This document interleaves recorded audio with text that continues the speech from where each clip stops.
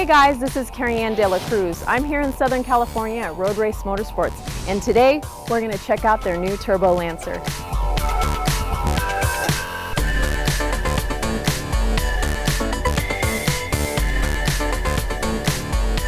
Okay, so right about now, you're probably thinking that I'm just another import model and I don't know the difference between an Evo or an STI. Actually, I'm quite the car nut. I've actively competed in drag racing, in autocross, in car showing, and I've recently taken up road racing. You can find me competing in Redline Time Attack Series in 2010 with my R32 GTR. But enough about me. We sat down with Rob Tellini, shop foreman and pro driver, to hear about his latest project.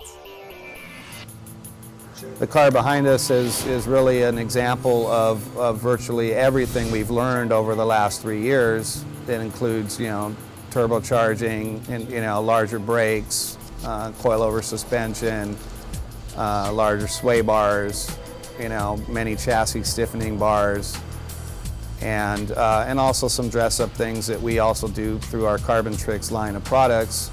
We've basically taken this particular car and added 100 horsepower to it reliably. We've done that through turbocharging using a 16G GT3 turbo, which is similar to what an Evo has, and it's been phenomenal, really. This car, again, is every bit as fast as an Evo 10 is. Not to mention, if you want to stand out from the crowd, a few people are impressed with a modded Evo, but they'd be impressed with a Lancer that's as fast as an Evo. Ironically, the cost of these things, I have to, use this kind of approach with customers. Many of them say, why should I fix this car up when I can get a blah, blah, blah?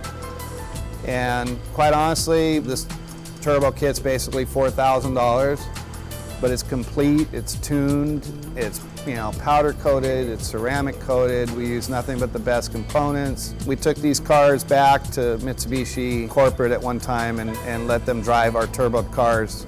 And they all came back smiling except for one guy. And he says, I'm pissed because you could buy a Lancer and pay you guys to turbocharge it and it would still be cheaper than a Rally Art, and it's faster. It really is a better bang for the buck.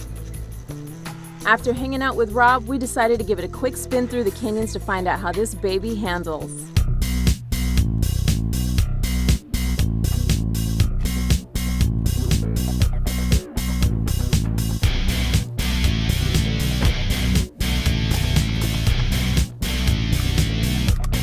One interesting tidbit about this car is when you turn it on, it says, welcome. Welcome to me. Welcome to the goodness that is the Mitsubishi. Oh, nice response. This feels like it's an evolution. This feels like the real deal. Oh yes, it turns very well. The car's got excellent throttle response. Not to mention, this thing spools so fast. The car turns excellent.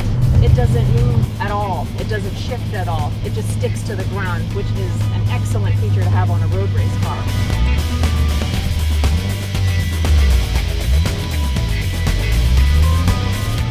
I like the brakes. The brakes are very crisp. They don't take much heating up in order to get really good bite. This thing is it just wants to go. It just wants to go, wants to move.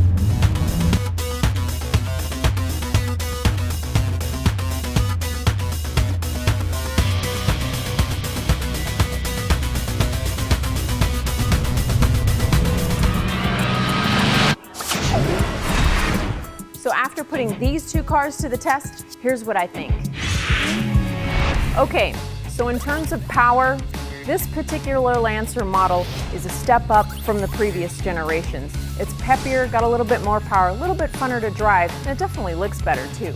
But if you want to go from stock to rock, you got to check out Road Race Motorsports and their Turbo Lancer.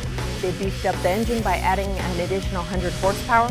They beefed up the brakes to get you more bite. They've also tuned the suspension to make it handle better. And not to mention, they made it more pleasing to the eye. Overall, it's a great car. For Web Rides TV, this is Kerryann De La Cruz. I'll see you at the track, and I'll beat you too.